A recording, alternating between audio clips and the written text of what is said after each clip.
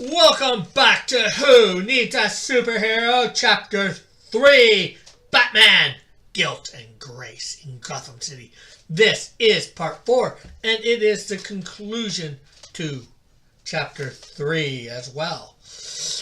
After this, we will be going on to Iron Man, Salvation by Success. But we are to continue now. Company in the Batcave. In every place I've ever worked, and these days I work in a church, I find people trying so very hard to make themselves okay. And in many cases, better than okay. Good, exemplary. The folks will always take on one more job. Serve on one more committee, write one more check. Batman would fit right in. In fact, church would be a good place for Batman to hang out. Always find a warm welcome. Who isn't delighted in the hard-working colleague, the good deed-doing neighbor, the dedicated, self-sacrificing servant to the church? But are the good deeds, determination, and best intentions and sacrifices so selfish? The Apostle Paul wouldn't think so. For years, Paul was a driven man, obsessed with rule-keeping, good deed doing, and salvation seeking. He eagerly and diligently pursued anyone who went against the rules of Jewish law. One day, Paul's obsession with doing right was confronted by Jesus. Grace calls us to serve, and guilt drives us to serve. Grace calls us to serve, and guilt drives us to serve. Jesus showed Paul. Though these two forces may look the same on the outside, there is a big difference inside between being called and feeling driven. It's the difference between working hard because you're feeling saved, thankful, and so fulfilled with excitement that you just can't sit still or keep quiet, and slaving away because you feel lost and scared, driven and desperate. Jesus lovingly offered an escape from the dead end of salvation by works, and Paul took it. The rich young man, however, found the offer just too much. Did he think the offer too expensive, requiring him to hand over forever his greatest superpower, wealth? Reminds me of the last Justice League movie. Or did he fear the other was one more sham? Or did he fear the offer was one more sham, just to do good to be true? In any case, the rich man could not surrender his search for salvation through personal goodness. In spite of his doubts, he clung to his desperate quest for self-justification. Batman is caught in precisely the same tragic quandary. The shadowy crime fighter is a noble but heartbreaking figure, betrayed by the apparent random cruelty of life. Batman lacks faith in anything or anyone beyond himself. He operates on the simple philosophy, the world only makes sense. The world only makes sense, he says, when you force it to.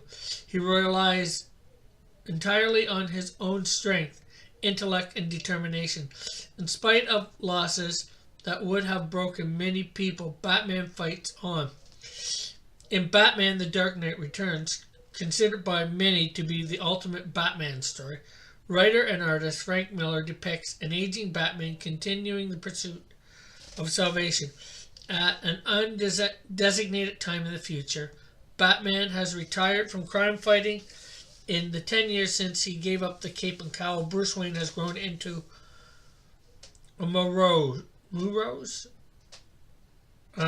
He broods and numbs himself with alcohol since Batman disappeared. Gotham City has become a cesspool of viciousness and mindless violence. In a key scene, Bruce Wayne sits alone at night, staring through a window. He wrestles with the temptation to bring Batman out of retirement. Miller's artwork is simple but evocative. One panel shows a portion of the window, the moliations forming a stark cross. Next, we see a bat flying outside the window, juxtaposed to the cross. I'm not the best speller and all that. Anyways, Miller then shows us the shadow of the cross falling across Bruce Wayne's troubled face. Then the image repeats with increasingly intensity until the bat crashes through the window in a cascade of shards and broken moliations. In that moment, Bruce Wayne's decision is made, and he once again dons the costume of the Batman. The Dark Knight cannot accept the way of the cross. He returns to the way of the bat. He sets out once more to save himself by his heroic efforts. Initially, he revels in his decision. Caught up in the euphoria, as he leaps into action against the backdrop of the city, he mutters, "The rain on my chest is a baptism. I'm born again." But Batman's rebirth and salvation are only temporary illusion. His own self of unworthiness emerges again within a few pages. While disarming a bomb, Batman thinks, "If I had the time or the right, I'd say a prayer." In an even more telling moment, the supposedly born-again Batman stares into the eyes of Two-Face, a villain psychology scarced by shame and self-hatred. "Take a look," says Two-Face, flaunting his own ugliness. Staring intently, Batman replies, "I see a reflection." Is this the sound of a man with new life? It sounds more like the voice of a man longing for salvation and still falling short. The sound of a man whose vocabulary is missing the word surrender. The truth is, Batman's sole hope for peace and redemption lies precisely in surrendering himself to forgiveness. Only when Batman gives up the quest for personal perfection will he be able to welcome the grace that cannot be earned. Although Batman is as good as any human being could be, he will never be good enough.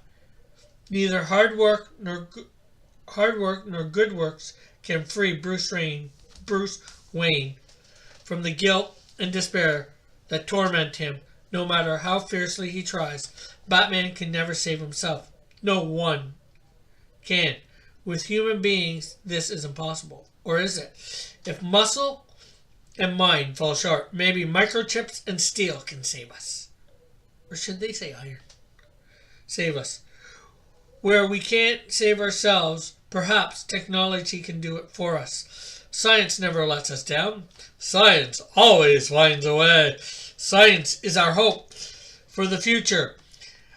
At least this is the creed of the Armored Avenger, Iron Man. Peek behind Iron Man's metal mask and see if he's right. Next up is Chapter 4, Iron Man, Salvation by Success. But that is the conclusion to Chapter 3, Batman, Guilt and Grace in Gotham City.